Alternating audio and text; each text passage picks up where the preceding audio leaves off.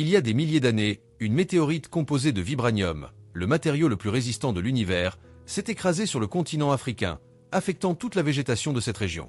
Lorsque les premiers humains sont apparus sur ces terres, 5 grandes tribus s'y sont installées et ont nommé cet endroit Wakanda. Ces tribus vivaient constamment en guerre jusqu'au jour où un guerrier reçut une vision de la déesse Panthère, qui le guida vers une herbe en forme de cœur. Après avoir ingéré cette plante, le guerrier fut doté d'une force surhumaine, d'une vitesse et d'un instinct accru. Il devint alors roi et le premier Black Panther de l'histoire, dont la mission était de protéger le Wakanda. 4 des 5 tribus acceptèrent de vivre sous le règne du grand roi, mais la tribu des Jabari s'isola dans les montagnes. Au fil du temps, le peuple du Wakanda commença à utiliser le vibranium pour développer des technologies bien plus avancées que celles de n'importe quelle autre nation. Cependant, alors que le Wakanda prospérait, le reste du monde sombrait dans le chaos. Pour garder le vibranium et toute leur technologie en sécurité, les Wakandais se cachèrent et disparurent de la carte, réussissant ainsi à dissimuler la vérité sur leur pouvoir. En 1992, à Oakland, une ville de Californie, des adolescents jouent au basketball sur un terrain improvisé à côté de l'immeuble où ils vivent. Soudain, un aéronef lumineux commence à bouger au-dessus des nuages.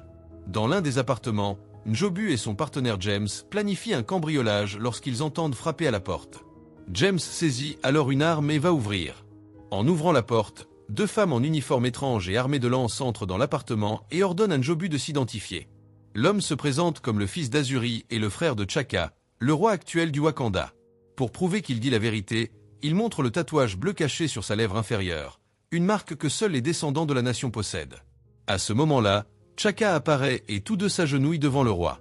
Njobu présente James à son frère et affirme lui faire confiance de tout son être. Après s'être embrassés, T'Chaka leur annonce que le Wakanda a récemment subi une attaque. Un homme nommé Ulysse Claw a volé 250 000 livres de vibranium, a placé une bombe à la frontière du Wakanda et s'est enfui, causant de nombreuses morts. Ce qui est le plus intriguant, c'est qu'Ulysse savait où les Wakandais cachaient le vibranium et comment attaquer. Cela signifie qu'il a bénéficié de l'aide de quelqu'un de l'intérieur pour pénétrer la barrière. T'Chaka regarde alors son frère dans les yeux et lui demande pourquoi il a trahi son peuple. Njobu prétend ne pas l'avoir fait, mais T'Chaka demande à James de révéler sa véritable identité et de démasquer le traître. Le jeune homme s'appelle en réalité Uri et a été envoyé par le roi pour surveiller Njobu lors de sa mission d'espionnage. En découvrant la vérité, Njobu est furieux car James était la personne en qui il avait le plus confiance. Après avoir trouvé les preuves de ce crime, T'Chaka informe Njobu qu'il le ramènera chez lui, où il devra comparaître devant le conseil pour connaître sa sentence. Quelques minutes plus tard, Eric, le fils de Njobu, et ses amis aperçoivent l'aéronef qui s'en va. 26 ans plus tard, T'Chaka meurt lors d'une attaque, et les Wakandais doivent désigner un nouveau roi. Selon la tradition, c'est l'aîné des princes qui doit assumer cette fonction, et tout le monde s'attend à ce que T'Challa devienne le nouveau souverain. Cependant, avant sa cérémonie de couronnement, le prince se rend dans la forêt de Sambisa au Nigeria pour effectuer une mission de recherche. Sa mission est de sauver Nakia, son ancienne petite amie, des mains de criminels qui font le commerce de prisonniers. Après avoir coupé les moteurs du véhicule, le Black Panther se cache dans la forêt pendant que les contrebandiers sortent leurs armes pour se défendre contre l'attaque. Quand elle réalise que les hommes sont distraits, Nakia intervient pour comprendre ce qui se passe et aide T'Challa à éliminer ses hommes. Malgré des dizaines de tirs, le Black Panther ne subit aucun dommage car son costume en vibranium est une forteresse presque impénétrable. Après avoir éliminé ces individus, Nakia demande à T'Challa pourquoi il compromet sa mission, car elle est sous couverture en tant qu'espionne. Pendant qu'ils discutent, un criminel qui se cachait utilise l'une des femmes capturées comme otage, mais Okwa apparaît rapidement et neutralise la menace. À ce moment-là, T'Challa annonce à Nakia la mort de son père et lui demande de l'accompagner à sa cérémonie de couronnement. Avant de partir, Nakia libère toutes les victimes et leur annonce qu'elles sont désormais libres de rentrer chez elles. À leur retour au Wakanda, le trio contemple la beauté inégalée de cet endroit entouré de montagnes. Contrairement à ce que le reste du monde croit, le Wakanda n'est pas un pays pauvre du tiers-monde. En réalité, c'est l'endroit le plus développé de la planète, avec des technologies impossibles à trouver ailleurs sur Terre. Après leur atterrissage, ils sont accueillis par la reine Ramonda et la princesse Shuri. La jeune fille est responsable de toute la technologie du royaume et affirme avoir apporté quelques améliorations au costume de son frère. Pendant ce temps, à Londres, Eric rend visite au British Museum. Alors qu'il observe d'anciens artefacts, une employée s'approche de lui, et le jeune homme affirme que l'un de ces artefacts a été volé au Wakanda. Eric déclare qu'il va prendre la pièce en vibranium et attend que la substance placée préalablement dans la tasse de café de l'employé fasse effet. Lorsque la femme s'effondre au sol, Eric appelle à l'aide, et 2 hommes déguisés en ambulanciers arrivent au musée avec une civière. Parmi eux se trouve Ulysse Claw, qui abat les agents de sécurité tandis qu'une femme de son équipe pirate les caméras pour que ses partenaires puissent terminer le vol sans que la police n'intervienne. Ulysse utilise sa main mécanique pour briser la vitre et récupérer l'artefact.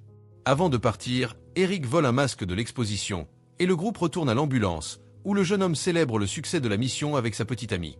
Le lendemain, les 4 tribus se rassemblent à la cascade pour assister à la cérémonie de couronnement. Lorsque le prince T'Challa arrive sur les lieux, Uri lui donne une infusion qui peut retirer la force du Black Panther de son corps.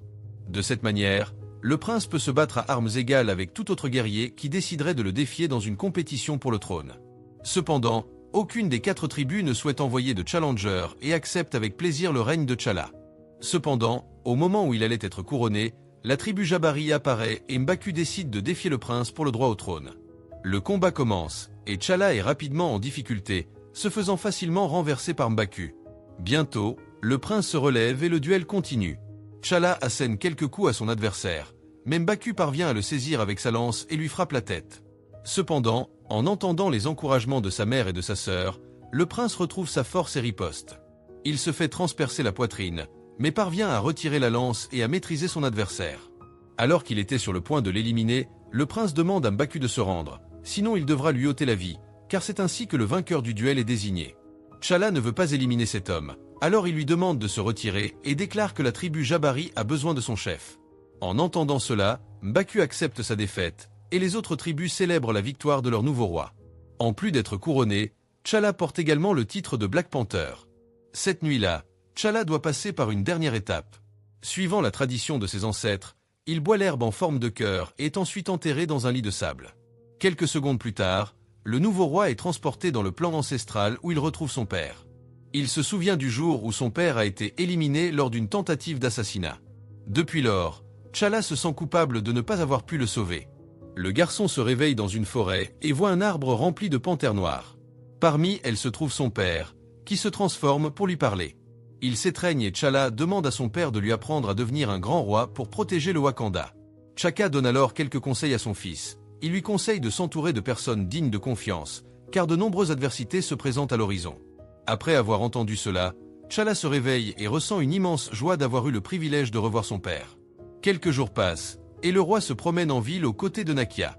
Il demande à sa petite amie de ne pas partir, mais elle dit qu'elle a une mission à accomplir. Nakia explique qu'elle ne peut pas vivre heureuse dans cet endroit en sachant que tant de gens vivent dans la misère et sans aucun soutien.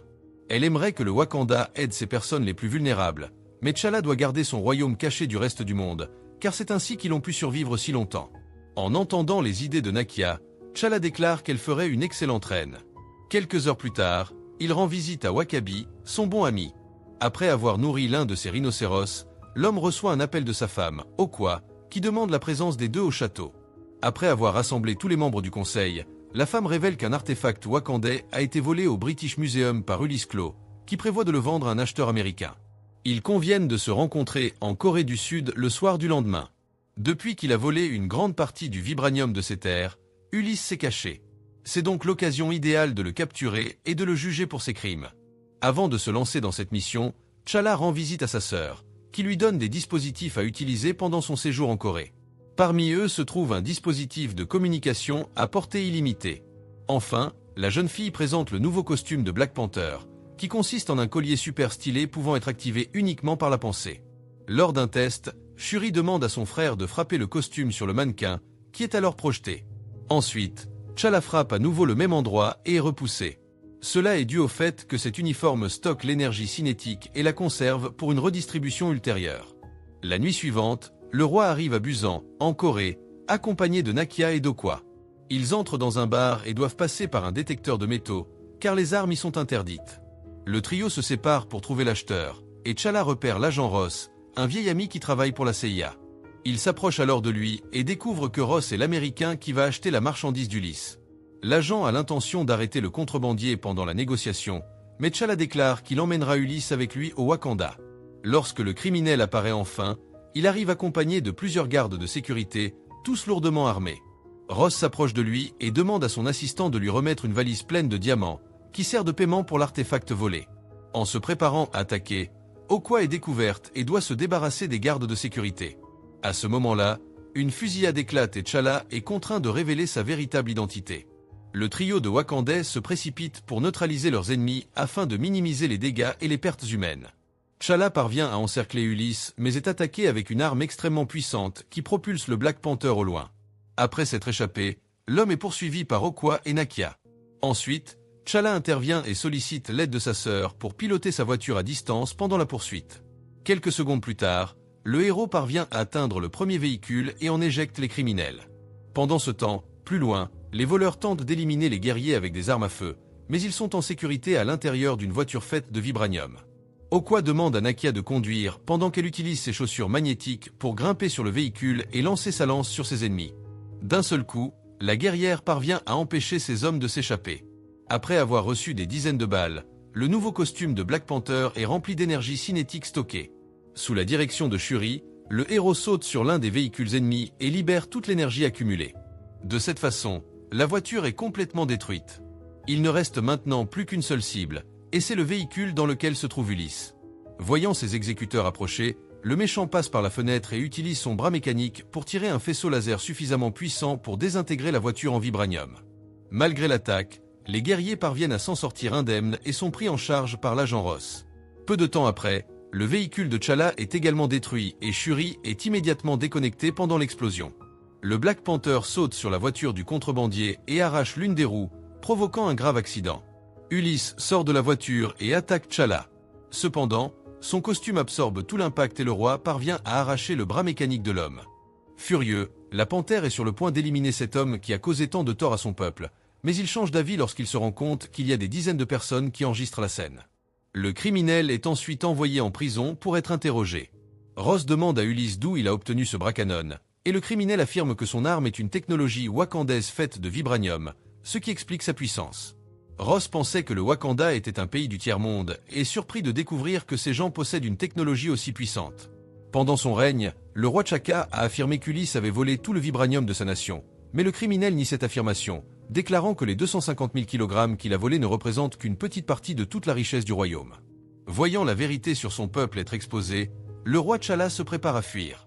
Pendant ce temps, Nakia regarde les caméras de sécurité et remarque que ce ne sont pas des images en direct. Cela la fait soupçonner qu'ils sont les victimes d'une attaque, et elle court avertir ses compagnons. Pendant la fusillade, Ross saute devant Nakia et finit par se faire tirer dessus alors que les criminels s'enfuient avec Ulysse. Avant de partir, Eric lance une grenade à la station de police, mais la panthère saute sur la bombe et parvient à neutraliser l'explosion avec son costume. Il tente de poursuivre les ravisseurs, mais est surpris lorsqu'une arme unique à son peuple est utilisée pour le mettre hors de combat. Alors qu'il regarde, déconcerté, ses ennemis fuir, le roi aperçoit une bague appartenant à la famille royale du Wakanda autour du cou de l'homme masqué. Juste à ce moment-là, Okoye arrive pour annoncer une triste nouvelle. Pour sauver Nakia, l'agent Ross s'est jeté devant la balle et a été touché à la colonne vertébrale. La technologie de cette nation n'est pas capable de le sauver, donc la femme demande la permission de l'emmener au Wakanda où il sera soigné. Okoye est opposé à cette idée, mais T'Challa pense que c'est le moyen le plus juste de remercier son vieux ami pour avoir sauvé la femme qu'il aime. Pendant que Shuri utilise sa technologie pour soigner l'Américain, le roi est visité par W'Kabi, qui est là pour découvrir ce qui est arrivé à Ulysse il y a près de 30 ans, lorsque le criminel attaquait le Wakanda. Plusieurs guerriers ont été éliminés, y compris les parents de W'Kabi. Ainsi, en découvrant que T'Challa ne l'a pas éliminé lorsqu'il en avait l'occasion, sa confiance en son roi est ébranlée. Pendant ce temps, Eric emmène Ulysse et le reste de l'équipe à bord d'un petit avion qu'ils utiliseront pour quitter le pays. Cependant, le garçon a d'autres plans et demande à Ulysse de le laisser au Wakanda. Le criminel refuse alors de le faire, car il sait à quel point les guerriers là-bas sont puissants. Pour le forcer à obéir, Eric tire sur le pilote et pointe son arme sur son partenaire. L'homme prend ensuite la petite amie du garçon en otage, pensant que cela l'aidera à rester en vie. Cependant, contre toute attente, Eric tire lui-même sur la femme puis se lance à la poursuite d'Ulysse. L'homme tente de se cacher mais est bientôt touché à l'abdomen. Alors qu'il est sur le point de mourir, Ulysse dit qu'Eric ne pourra jamais entrer dans ce pays et est surpris de découvrir que son partenaire dans le crime a un tatouage bleu sur la lèvre inférieure, indiquant qu'il est un descendant de ces personnes. Juste à ce moment-là, Eric termine son travail et utilise l'avion pour se rendre en Afrique. Pendant ce temps, T'Challa se rend au jardin sacré pour parler à Shuri. Le roi demande ce qui est réellement arrivé à son oncle en Jobu, puisque son père dit qu'il a simplement disparu. Il parle d'avoir vu un homme en Corée portant une bague identique à celle que son père lui avait donnée. Pressé par le roi, Shuri lui raconte qu'en Jobu, il avait emmené un groupe de guerriers en Amérique et que T'Chaka l'avait envoyé là-bas pour observer ce qui se passait sans que son frère le sache. Ensuite, Enjobu est tombé amoureux d'une femme américaine et ils ont eu un fils. Toute la souffrance et l'adversité que le prince a vue dans ce pays l'ont poussé à devenir radical. Enjobu voulait donner des armes en vibranium pour que les minorités puissent se défendre dans ce pays où elles sont traitées avec tant de mépris. Cependant, il savait que son frère, le roi du Wakanda, ne soutiendrait jamais cela. Par conséquent, l'homme a choisi de trahir sa nation en aidant Ulysse à voler le vibranium. Lorsqu'on l'a informé qu'il retournerait au Wakanda pour affronter le conseil, Enjobu est devenu furieux et a braqué une arme sur Zuri, son informateur. Celui-ci a dû éliminer son propre frère d'un seul coup de poing dans la poitrine. Le roi a demandé à Zuri de ne jamais commenter ce qui s'était passé, puis ils sont partis, laissant Eric, le fils d'Enjobu, seul derrière eux. Le lendemain matin, le garçon apparaît à la frontière du pays et est accueilli par Wakabi et ses hommes. Eric transporte le corps d'Ulysse et gagne ainsi rapidement la sympathie des Wakandais, qui ont enfin obtenu vengeance pour la mort de ses parents. Lorsque Ross se réveille, il peine à croire qu'il peut marcher après avoir eu la colonne vertébrale touchée. L'agent rencontre immédiatement Shuri et se présente, mais la jeune femme a déjà tout recherché à son sujet. L'homme est impressionné par les lieux et ravi par ce niveau de technologie. Il demande ce que sont ces panneaux lumineux autour des voies ferrées, et Shuri lui explique qu'il s'agit de stabilisateurs soniques. Sous sa forme brute, le vibranium est dangereux à transporter à grande vitesse, donc elle a trouvé un moyen de les désactiver temporairement. Soudain, la jeune femme reçoit un appel d'Okwa, qui l'informe qu'un étranger a franchi la barrière et est entré dans le pays. À ce moment-là, T'Challa est isolé sur la montagne avec Nakia et lui raconte ce qu'il a découvert la nuit précédente. Il reproche à son père d'avoir laissé un enfant derrière lui au lieu de l'emmener pour qu'il fasse partie de son peuple. En se lamentant, T'Challa reçoit un appel de sa sœur. La jeune femme lui demande de venir immédiatement à son bureau, et lorsqu'il arrive, elle l'informe de l'invasion. Ross affirme connaître cet homme et dit qu'Eric est un ancien marine qui a travaillé en Afghanistan, où il a accumulé des centaines d'éliminations. Escorté par Wakabi, Eric est amené au conseil, où il se révèle être le fils d'Enjobu, le prince éliminé par son frère. En tant que tel, il possède également du sang royal et a le droit de défier T'Challa pour le trône. Le roi accepte alors le défi, et une fois de plus au bord de la cascade, il fait retirer le pouvoir de la panthère noire de son corps avant que le combat ne commence. Eric déclare avoir attendu toute sa vie ce moment.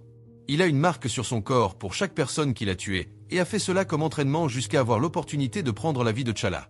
Le combat commence et le roi utilise son bouclier pour se protéger des attaques féroces de son cousin. Après avoir échangé quelques coups, T'Challa parvient à faire tomber son adversaire et essaie de le faire capituler. Cependant, Eric se relève et l'attaque à nouveau. Le roi a une autre chance de l'éliminer, mais son objectif est de faire abandonner le garçon. Cette générosité finit par offrir une opportunité à Eric de le blesser et de transpercer son abdomen avec une épée. Alors que T'Challa est sur le point d'être éliminé, Yuri intervient dans le combat et révèle qu'il était responsable de la mort de son père. Eric le tue puis jette T'Challa dans la cascade pour garder la famille royale en sécurité. Nakia fuit avec la reine et la princesse pendant que le nouveau roi est couronné cette nuit-là. Elle rencontre Okwa et demande son aide pour détruire Eric. Cependant, la guerrière affirme être loyale au trône du Wakanda, peu importe qui est assis dessus. Déterminée à sauver sa nation, Nakia prend des vêtements et va chercher Ross. Eric effectue le rituel à ce moment-là, et après avoir ingéré l'herbe en forme de cœur, il est envoyé sur le plan ancestral où il trouve son père. Enjobu se sent coupable de l'homme que son fils est devenu et en larmes, dit qu'il aurait dû emmener le garçon au Wakanda lorsqu'il en avait l'occasion. Après avoir amené Ross à la reine, Nakia doit faire une dernière chose avant de partir. Elle se rend au jardin sacré et vole une unité de l'herbe en forme de cœur. À ce moment-là, Eric se réveille et ordonne à ses serviteurs de brûler tout le jardin, car il ne veut pas que d'autres rois aient accès au pouvoir de la panthère noire après être monté sur le trône. Le tyran roi nous informe qu'il enverra du vibranium pour être utilisé par les personnes noires dispersées à travers la terre afin qu'elles puissent soumettre leurs oppresseurs. Wakabi est le seul membre du conseil à être d'accord avec cette révolution, mais tout le monde doit obéir aux ordres du roi. Dans les montagnes, le quatuor se dirige vers la cachette d'Ambaku, tandis que Nakia prévoit de lui remettre le dernier spécimen de l'herbe en forme de cœur. La reine suggère aux guerriers de prendre les pouvoirs de la panthère noire, mais Nakia sait qu'elle aura besoin d'une armée pour détrôner Eric. Elle poursuit donc son plan de livrer la plante à M'Baku, le chef de la seule tribu qui n'est pas loyale à la couronne. Alors qu'il approche de l'entrée de la grotte, ils sont capturés par les Jabari et conduits à leur dirigeant. M'Baku est informé qu'un étranger est devenu roi et est sur le point de détruire Wakanda. Nakia lui donne l'herbe en forme de cœur. Cependant, l'homme a une grande surprise. Il conduit le petit groupe vers un endroit isolé où T'Challa est détenu. À ce moment-là, la glace est la seule chose qui le garde en vie. L'un des pêcheurs du clan Jabari l'a trouvé comateux sur la rive. La reine prépare alors du thé et le donne à son fils. Quelques minutes plus tard, T'Challa se réveille, déterminé à reprendre la couronne. Shuri remet à son frère le collier de la Panthère Noire et T'Challa demande un moment seul avec un M'Baku. Il le remercie de lui avoir sauvé la vie, et l'homme affirme qu'il ne faisait que rembourser une dette. T'Challa demande si le chef des Jabari peut prêter quelques guerriers pour l'aider à récupérer le trône, mais un M'Baku refuse. Dans ce cas, T'Challa doit revenir seul et exige que le duel continue, puisqu'il n'y a pas eu de reddition et qu'il est toujours en vie. Cependant, Eric refuse de combattre à nouveau et déclare qu'il est désormais le roi. L'homme ordonne à ses serviteurs d'envoyer des navires contenant du matériel en vibranium vers diverses parties de la planète. Entre-temps, Shuri est arrivé à son laboratoire et demande l'aide de Ross pour détruire les aéronefs avant que ces armes puissantes ne tombent entre de mauvaises mains. L'homme pilote un avion de guerre à distance et sa mission est de détruire les aéronefs avant qu'ils ne franchissent la frontière. Pour défendre son roi actuel, W'Kabi mène ses hommes dans une bataille contre T'Challa, mais Okoye décide de soutenir son ancien roi et ordonne à ses guerriers d'arrêter Eric. Une grande guerre éclate, et la Panthère Noire doit se battre contre ceux qui étaient autrefois ses alliés. Mais sur l'ordre d'Okoye, les guerriers apparaissent pour l'aider dans cette bataille et combattent leur propre mari pour défendre Wakanda. En voyant ses amis guerriers être vaincus par Eric, Nakia décide de le confronter, et Shuri utilise son arme en vibranium pour essayer de neutraliser la menace. Malgré sa bravoure, Nakia ne possède pas les pouvoirs d'une Panthère Noire, et elle finit par perdre la bataille. Shuri continue avec ses attaques à distance, mais est également vaincue. Voyant sa sœur sur le point d'être éliminée, T'Challa utilise le pouvoir de son costume pour faire tomber tous ses ennemis et court vers son cousin. Ils tombent tous les deux sur les voies du train et poursuivent le duel. T'Challa demande alors à sa sœur de démarrer le train afin que les stabilisateurs désactivent les uniformes en vibranium. De cette manière, lui et Eric seront sans protection. Pendant ce temps, à la surface, les guerriers sont encerclés et contraints à se rendre. Juste lorsque la victoire semblait acquise, les guerriers Jabari apparaissent et attaquent tous ceux qui s'opposent à T'Challa. Le laboratoire de Shuri est sous attaque et Ross doit éliminer les aéronefs avant que le verre ne soit détruit, étant un pilote de guerre expérimenté. L'homme parvient à détruire les navires et à empêcher le vibranium de quitter la frontière avant que le laboratoire ne soit envahi. Après quelques minutes de combat, T'Challa est sur le point d'être vaincu, mais il reste encore de l'espoir. Il profite des dernières secondes pendant que les stabilisateurs sont actifs pour retirer le couteau des mains de son cousin et percer sa poitrine. Bien qu'il ne veuille pas lui ôter la vie, T'Challa sait que c'est le seul moyen de sauver Wakanda.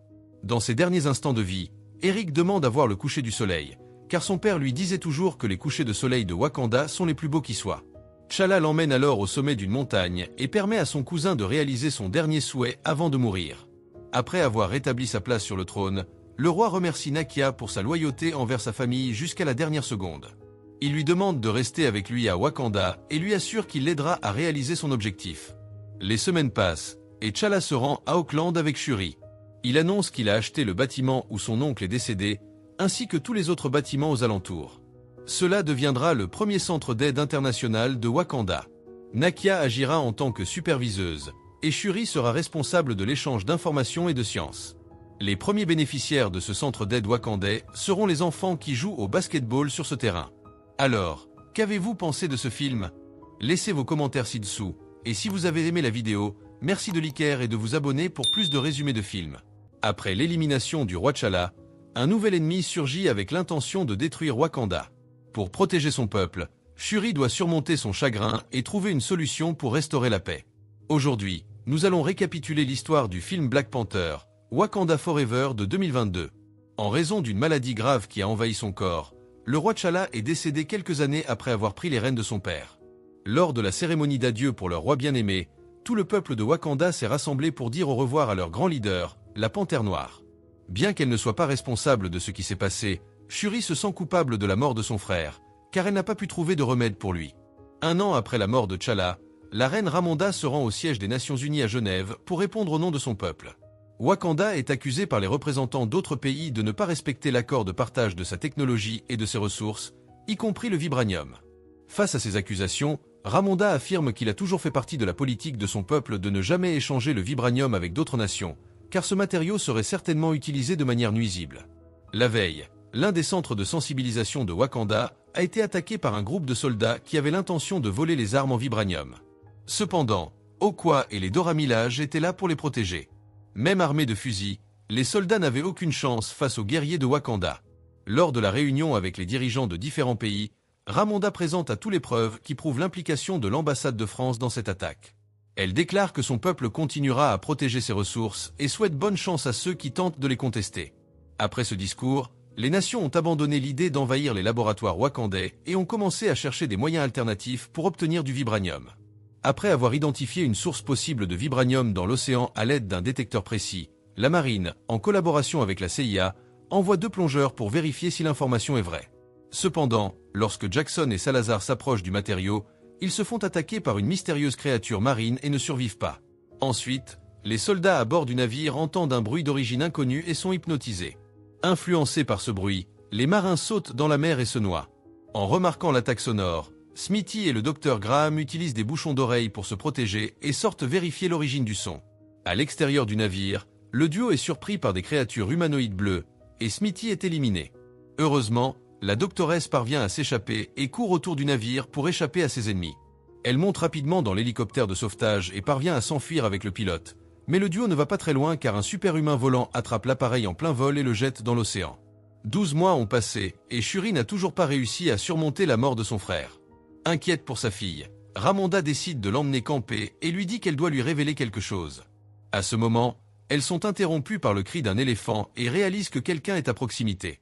Soudain, un homme inconnu émerge du fond du lac et se présente comme étant Namor. L'intrus révèle qu'il est là pour demander de l'aide, car maintenant que les nations du monde entier recherchent du vibranium, son peuple est également en danger. Cependant, Ramonda ne montre aucun intérêt à répondre à la demande d'un étranger et décide de partir. Mais avant de partir, il révèle qu'un scientifique américain a construit une machine capable de détecter le vibranium et demande à la femme de l'aider à la retrouver après avoir capturé le coupable. Il lui suffit de faire sonner une coquille de conque et bientôt Namor et son armée apparaîtront. Après cette visite inattendue, la reine décide de convoquer le conseil pour discuter des actions à entreprendre. Tout le monde, sauf M'Baku, est d'accord pour que Ramonda livre le scientifique américain. Le guerrier dit que la meilleure solution est d'en finir avec l'homme-poisson afin d'éviter qu'il ne réapparaisse à l'avenir pour faire de nouvelles demandes. Pendant ce temps, Shuri analyse la machine que Namor a apportée à Wakanda et affirme que la personne qui a construit ce détecteur de vibranium est brillante. Dans une tentative d'obtenir des informations sur cette affaire, Okoye et Shuri se rendent aux États-Unis et rendent visite à Everett Ross, qui révèle l'identité de la fille qui a construit la machine. La scientifique est en réalité une jeune femme de 19 ans appelée Riri Williams, qui est encore à l'université. Après quelques minutes passées à observer la jeune femme, Shuri décide d'aller lui parler, et Riri la reconnaît immédiatement. Lorsqu'on lui demande des informations sur la machine qu'elle a créée, la jeune femme explique qu'il s'agissait d'un projet développé pour son cours de métallurgie à l'école, car son professeur lui avait lancé le défi de créer un appareil capable de détecter le vibranium. Pendant la conversation, Riri se rend compte qu'elle est en danger et décide d'accompagner Shuri et Okoye à Wakanda. Avant de partir, la jeune femme dit qu'elle doit se rendre à son laboratoire de fortune pour récupérer son ordinateur portable. À ce moment-là, des agents du FBI apparaissent et encerclent les lieux. Furieuse, Riri blâme Shuri et Okoye pour ce qui se passe tout en brûlant tous ses projets pour que le gouvernement ne puisse pas les voler et n'ait aucune preuve contre elle. Heureusement, la jeune femme dispose d'une sortie de secours et revêt le costume de robot qu'elle a construit elle-même, tandis que ses nouvelles amies wakandaises fuient en voiture. Lorsque les agents du FBI pénètrent dans le garage, Riri les attaque et dégage le chemin pour Shuri et Okoye. Dans une tentative de semer les officiers, ils décident de se séparer. Riri prend une moto et traverse la ville en effectuant des manœuvres audacieuses pour renverser les obstacles. Quelques minutes plus tard, elle et Okoye se retrouvent, et la princesse découvre que sa localisation est suivie par un drone. En apprenant cela, Riri se dirige vers l'appareil attaché à un avion et parvient à le détruire d'un seul tir. En raison de l'altitude, la jeune femme manque d'oxygène et tombe dans l'océan. Cependant, avant qu'elle ne plonge dans l'eau, les propulseurs de son costume s'activent et elle réussit à se sauver. Voyant les véhicules encercler le pont, Riri tire un autre coup et ouvre le chemin pour ses amis. À ce moment-là, elle est cependant touchée et tombe au sol. Puis, la même chose arrive à Shuri et Okoye, dont les véhicules sont attaqués par une bombe à eau. Après être sortie de la voiture renversée, Okoye va vérifier Shuri qui est inconsciente. Heureusement, la jeune femme a réussi à amortir sa chute et ses signes vitaux sont stables. Soudain, des soldats toucans apparaissent sur le pont, et Okoye se jette sur eux avec sa lance. Bien qu'elle ait affaire à des guerriers entraînés, la femme parvient à les vaincre et empêche les hommes-poissons de s'approcher de Riri. Cependant, en affrontant Attuma, les Dora Milaje réalisent qu'elle est en difficulté, car elle ne peut pas le battre seule. Soudain, l'un des soldats lance une bombe à eau sur la femme, et elle se retrouve jetée dans l'océan. À ce moment-là, Attuma se dirige vers Riri, mais Shuri parvient à l'arrêter pour éviter qu'il ne blesse la jeune fille. Après s'être présentée, elle exige que le guerrier la conduise à rencontrer Namor, et ils plongent tous les deux dans l'océan avec les hommes-poissons. Okwa, désespéré de ne pas savoir quoi faire pour retrouver la princesse, décide de retourner à Wakanda et révèle que Shuri a été enlevée par l'armée de Namor. En entendant la déclaration d'Okwa devant tout le conseil, Ramonda décide de la destituer de son poste de général des armées de Wakanda et de son statut de Dora Milaje. Les conseillers de la reine ne sont pas d'accord avec cette décision, car ces dernières années, Okwa a fait de nombreux sacrifices pour le bien du royaume. Cependant, Ramonda est incapable de lui pardonner d'avoir mis la vie de sa fille en danger, étant donné qu'elle est le seul membre restant de sa famille. Après la réunion, Ramonda se rend au laboratoire pour parler à Griot, l'intelligence artificielle qui accompagnait sa fille lorsqu'elle a été capturée, et demande son aide pour la localiser. À ce stade, la reine contacte l'agent Ross, qui dit qu'il fera tout ce qui est en son pouvoir pour l'aider à sauver la princesse. Incapable d'attendre passivement une solution, Ramonda décide de se rendre en Haïti à la recherche de Nakia, car elle est une espionne expérimentée. La reine demande alors aux guerriers d'infiltrer la nation des hommes-poissons pour sauver la princesse, sans même imaginer qu'en ce moment même, Shuri et Riri sont retenus dans une grotte sous-marine. Le lendemain, Nakia commence son enquête et se rend dans un village pour interroger les habitants afin de recueillir des informations sur Namor et son royaume. Lorsqu'elle rencontre enfin le leader du peuple, elle découvre qu'il est en vie depuis le XVIe siècle et que sa mère était humaine. Namor explique alors comment il a acquis ses pouvoirs spéciaux. Selon lui, les femmes de son village ont été chassées de leurs terres par des conquistadors espagnols en pleine famine, guerre et maladie. Son peuple s'est tourné vers Chok, le dieu de la pluie et de l'abondance, pour obtenir de l'aide. Après avoir demandé l'aide de l'entité, le chaman de la tribu a eu une vision sur la manière de sauver son peuple et a plongé dans l'océan à la recherche d'une plante bleue poussant sur un rocher. Lors d'un rituel, tous les villageois ont ingéré la plante, mais la mère de Namor ne voulait pas le faire car elle était enceinte. Cependant, le chaman a réussi à la convaincre que son bébé était malade et que seule cette fleur pouvait le guérir. Il a également promis que Namor serait le nouveau roi de la tribu, car il serait le premier enfant à naître sous les pouvoirs de la plante. Ce que le chaman a dit après avoir ingéré cette fleur, c'est que le peuple est devenu malade et que leur existence a cessé ce jour-là. Cependant, quelques heures plus tard, ils se sont tous réveillés, mais leurs corps n'étaient plus les mêmes qu'auparavant. La plante leur avait enlevé la capacité de respirer l'air, mais leur permettait d'extraire l'oxygène de la mer. Depuis lors, le groupe a décidé de s'installer dans l'océan, loin des guerres et des maladies. Quelques mois plus tard, Namor est né et est devenu le fils aîné de la tribu. La plante lui a donné des oreilles pointues et des ailes aux chevilles, le caractérisant comme un mutant, ainsi qu'une longévité plus lente que celle de tout être humain. Namor est devenu capable de voler et de respirer l'air de la terre, tout comme ses ancêtres. Des années plus tard, lorsque sa mère est morte de vieillesse, Namor a décidé de réaliser son dernier souhait et est monté à la surface pour l'enterrer. Cependant, lorsqu'il a vu les indigènes être emprisonnés, il n'a pas hésité à agir et à rassembler son armée pour expulser les Espagnols de ses terres. Après avoir entendu cette histoire, Shuri comprend pourquoi Namor veut éliminer Riri, mais elle dit qu'il l'emmènera à Wakanda où la jeune femme ne pourra pas représenter un danger pour son peuple. Cependant, Namor refuse l'accord, alors Shuri propose de rester à sa place. Avant de continuer les négociations, l'homme-poisson décide de la conduire voir son royaume, et la princesse doit porter un costume spécial pour supporter la pression de l'océan. Lors de la plongée, Shuri est présentée aux magnifiques créatures qui vivent au fond de la mer et est ravie de découvrir la ville de Twin, qui a été construite autour d'un soleil artificiel en vibranium. Pendant qu'il enquête sur l'emplacement de la princesse, K obtient l'aide de Griot pour trouver une grotte sous-marine située à 140 mètres sous la surface où Shuri est censée être détenue. Après avoir enfilé son costume de plongée, l'espionne plonge dans l'océan et entre dans le sous-marin qui la conduira à la grotte. En tant que première personne de la surface à visiter Twin, Shuri reçoit un bracelet fabriqué à partir de la plante qui a sauvé le peuple et félicite Namor pour tout ce qu'il et sa tribu ont construit. Cependant, en tant que princesse de Wakanda, elle dit qu'elle ne peut pas permettre qu'il exécute Riri et qu'elle ne partira pas sans elle. À ce moment-là, Namor révèle qu'il prévoit de déclarer la guerre au peuple de la surface et a besoin de savoir si Wakanda sera son allié dans cette bataille. La machine construite par Riri n'était que le déclencheur qui l'a conduit à prendre cette décision, sachant que ses ancêtres avaient été exploités et que leurs terres avaient été pillées pendant des centaines d'années. Connaissant que Wakanda est également une cible pour le reste du monde, qui attend juste une opportunité pour piller le pays, Namor prévoit de s'allier avec les Wakandans pour soumettre les autres nations. Cependant, Shuri dit que son peuple ne l'aidera jamais à atteindre cet objectif, et Namor dit que si Wakanda refuse cet accord, il sera automatiquement en guerre contre le peuple de Twin. Au cours de la conversation, Namor est informé que sa présence est requise à la surface et se rend rencontrer Ramonda, dont la mission est de le distraire afin que Nakia puisse envahir la grotte.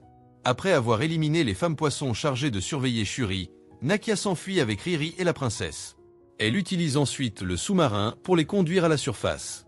À ce moment-là, Un navire wakandais apparaît et Ramonda utilise sa technologie pour embarquer le trio à bord. Soulagée, la reine étreint sa fille et ordonne à Griot de les conduire à Wakanda. Lorsqu'il découvre les deux guerriers inanimés, Namor réalise bientôt qu'il a été trompé par Ramonda et décide de se venger. Maintenant que Shuri a rencontré Twain, il n'y a aucune garantie que la localisation de la ville restera sûre. Namor décide d'agir le plus rapidement possible pour protéger son peuple. Avec le soutien d'Atuma et de son armée, Namor a l'intention d'envahir Wakanda et de donner l'exemple au reste du monde. Sachant que Namor cherchera à se venger dès qu'il arrivera dans son pays, Shuri ordonne de renforcer les barrières protégeant Wakanda. Cependant, son coup ne fait aucun mal à l'ennemi qui, d'un seul coup de poing, l'éjecte loin. À ce moment-là, les navires wakandais s'approchent pour attaquer Namor, mais l'homme-poisson, doté d'une force surhumaine, parvient à les abattre avec facilité. Ensuite, le navire de Shuri s'approche et la guerrière décide de replonger. Elle nage alors à grande vitesse, forçant la princesse à abaisser son altitude pour tirer. Lorsque cela se produit, Namor saute sur l'avion et parvient à le faire tomber, tandis que Shuri essaie de s'échapper avant que sa cabine ne soit inondée. L'homme-poisson se lance à la poursuite de Riri, mais échoue à briser le verre avec sa lance. Alors il lance des bombes à eau pour détruire le verre du laboratoire, et Ramonda est frappé par l'impact de l'explosion. La reine s'évanouit et, en se réveillant, se rend compte que Riri se noie. Elle plonge immédiatement pour la sauver et ramène la jeune femme à la surface. Quelques minutes plus tard, lorsqu'Okwa et Nakia arrivent au laboratoire, elle trouve les corps de Riri et Ramonda flottants, mais les deux sont inconscientes. Réalisant qu'il est allé trop loin en attaquant la reine, Namor décide de partir mais dit qu'il reviendra dans une semaine avec toute son armée. Si les Wakandais refusent de se battre à ses côtés pour soumettre le reste du monde, l'homme promet de détruire tout le pays. Lorsque Shuri apparaît, Namor quitte Wakanda avec ses troupes et la princesse désespère en voyant le corps sans vie de sa mère. Après quelques secondes de massage cardiaque, Riri se rétablit, mais Ramonda reste inconsciente jusqu'à ce qu'Okwa réalise qu'elle ne se réveillera jamais. Peu après avoir assisté à la veillée de son bien-aimé frère, Shuri subit une nouvelle perte et doit assister aux funérailles de sa mère. Maintenant que la reine est partie, la jeune femme doit prendre une décision difficile qui changera le destin de tout son peuple. En essayant de trouver une solution pour empêcher d'autres Wakandais d'être éliminés, elle étudie une solution pour ramener le Black Panther, puisque toutes les copies de la plante du cœur ont été détruites par son cousin. Avec l'aide de Griot, elle décide de tenter de créer une plante du cœur synthétique à partir des fibres du bracelet qu'elle a obtenu de Namor. Étant donné que cette fleur a également été cultivée dans un sol riche en vibranium, il y a peut-être des similitudes fondamentales entre les deux plantes qui peuvent être exploitées. Alors que la princesse cherche une solution pour protéger son peuple, le reste de la population s'unit pour reconstruire le pays tout en étudiant la physiologie de Namor. Shuri découvre qu'il n'a pas de branchies comme tous les autres membres de son espèce. Cela signifie que l'homme-poisson respire par un processus de diffusion qui se produit à travers sa peau. Riri a donc l'idée de construire une capsule pour retirer toute l'eau de la surface de son corps, afin que l'homme n'ait pas accès à l'oxygène. Avec Shuri aux commandes, Okwa retrouve son statut de Dora Milaje et obtient une nouvelle tenue de combat. Après quelques jours de travail acharné pour restructurer l'ADN de la plante du cœur, Shuri parvient à créer une copie presque 100% compatible et décide de miser tout son espoir dessus. Avec l'aide de Nakia, elle prépare la potion qui la conduira vers le plan ancestral et attend avec impatience de retrouver sa mère. Au lieu de cela, Eric Killmonger l'attend. Lorsqu'elle le voit, Shuri est furieuse car c'est lui qui a détruit toute la plantation de la plante du cœur dans le passé. Grâce à Eric, Wakanda a été laissé sans protecteur et la reine Ramonda est morte lors de l'attaque de Namor. En entendant ces accusations, Eric dit que c'est Shuri qui l'a choisi inconsciemment pour être là et lui demande si elle sera une dirigeante noble comme son frère ou cherchera-t-elle à se venger comme son cousin. Après avoir entendu cette question, la jeune femme se réveille, effrayée, et se rend compte qu'elle a échoué dans son rituel, car ses ancêtres ne sont pas apparus pour lui parler. Furieuse, la princesse frappe le mannequin dans son laboratoire et réalise qu'elle est devenue des dizaines de fois plus forte qu'avant. À ce moment-là, elle comprend que le rituel a fonctionné et prépare son costume pour la bataille à venir. Après avoir revêtu l'uniforme de Black Panther, Shuri se rend voir les anciens conseillers de sa mère et demande aux aînés la permission d'avoir une conversation privée avec M'Baku. La jeune femme révèle alors qu'elle souhaite éliminer Namor, mais M'Baku pense que c'est une mauvaise idée. Il réalise que ses ennemis considèrent cet homme-poisson comme leur dieu, et l'éliminer pourrait mener à une guerre éternelle entre T'Challa et Wakanda. Cependant, Shuri n'est pas inquiète de cela, car son seul désir est de venger la mort de sa mère. Le lendemain matin, elle convoque toute l'armée wakandaise pour se joindre à elle dans cette mission et va rencontrer Namor. La jeune femme utilise la machine de détection de vibranium construite par Riri pour localiser la nation ennemie dans l'immense océan et attire l'attention des hommes-poissons qui viennent à sa rencontre. Pendant que Namor tente de tirer sur les avions, son armée décide d'envahir le navire. Mais les Dora Milaje étaient préparés à cela et avec l'aide de Shuri, parviennent à les empêcher de monter à bord. Protégé à l'intérieur de son costume, Riri essaie de s'approcher de Namor, mais il parvient à se déplacer à grande vitesse même hors de l'eau. Après avoir tendu une embuscade pour l'entourer, la jeune femme touche l'ennemi avec un tir, et Shuri s'approche pour finir le travail, désireuse de venger personnellement l'homme qui a pris la vie de sa mère. Lorsque Namor est capturé par le navire, il se rend compte qu'il fait plus chaud que d'habitude et toute l'eau à la surface de son corps commence à s'évaporer. Après avoir capturé Namor, l'armée wakandaise entame la deuxième phase de leur plan et change le cap du navire pour retourner dans leur pays. Cependant, les hommes-poissons ne vont pas les laisser s'échapper aussi facilement et utilisent des milliers d'explosifs pour attaquer le navire. Pendant l'impact de l'explosion, d'innombrables guerriers tombent dans la mer et sont attaqués par l'armée ennemie. Voyant leurs frères et sœurs être éliminés, Okwa et Anaka passent à l'action et utilisent les combinaisons volantes créées par la princesse pour protéger leur peuple. Pendant ce temps, Shuri est piégée à l'intérieur du navire avec son plus grand ennemi et ordonne à Griot de les transporter dans le désert. Grâce aux attaques de Namor, le navire va exploser à tout moment, et lorsqu'il le fera, l'homme-poisson doit être loin de l'océan. En atteignant la terre ferme, Shuri est attaqué mais parvient à arracher une des ailes de la cheville de Namor, ce qui l'empêche de voler. Entre-temps, l'armée de Namor a réussi à envahir le navire et les guerriers wakandais font tout leur possible pour les vaincre, mais ils sont en réalité en infériorité numérique. Furieuse, Shuri canalise toute sa colère et décide de l'utiliser comme carburant pour vaincre Namor. La princesse est sur le point de remporter le duel lorsque son ennemi lui transperce le corps avec une lance et se dirige ensuite vers l'océan. Après avoir retiré la lance de son abdomen, la jeune femme poursuit son adversaire, qui est affaibli par le manque d'eau. Elle active les propulseurs de son navire et brûle le corps de Namor, se remémorant toute la douleur que cet homme a causée à son peuple. Shuri se souvient combien lui aussi a souffert dans le passé et demande à Namor de se rendre. La jeune femme lui dit que son secret sera en sécurité avec le peuple de Wakanda et qu'elle ne révélera jamais l'existence de T'Challa à l'humanité. Sachant que c'est la seule chance de survie, Namor accepte de se rendre et accompagne Shuri jusqu'au navire. Une fois là-bas, il ordonne à son peuple de rentrer chez lui et annonce que la guerre entre les deux nations est terminée. Soulagés, les survivants retournent à Wakanda et reconstruisent leur société. Quelques semaines plus tard, un nouveau jardin de cœur de la plante médicinale commence à fleurir, et la princesse dit adieu à Riri, qui aura maintenant la chance de rentrer chez elle. Avec le trône libre, un nouveau duel doit avoir lieu pour choisir le futur roi, mais Shuri refuse de se présenter pour le poste et envoie à la place M'Baku. Pendant ce temps, elle se rend en Haïti où elle retrouve Nikia. Après avoir perdu tout ce qu'elle aimait, la princesse ne souhaite qu'une chose, avoir une chance de recommencer. Alors, qu'avez-vous pensé de ce film? Laissez-le dans les commentaires ci-dessous, et si vous avez aimé la vidéo, aimez-la et abonnez-vous pour plus de résumés de films. À la prochaine fois.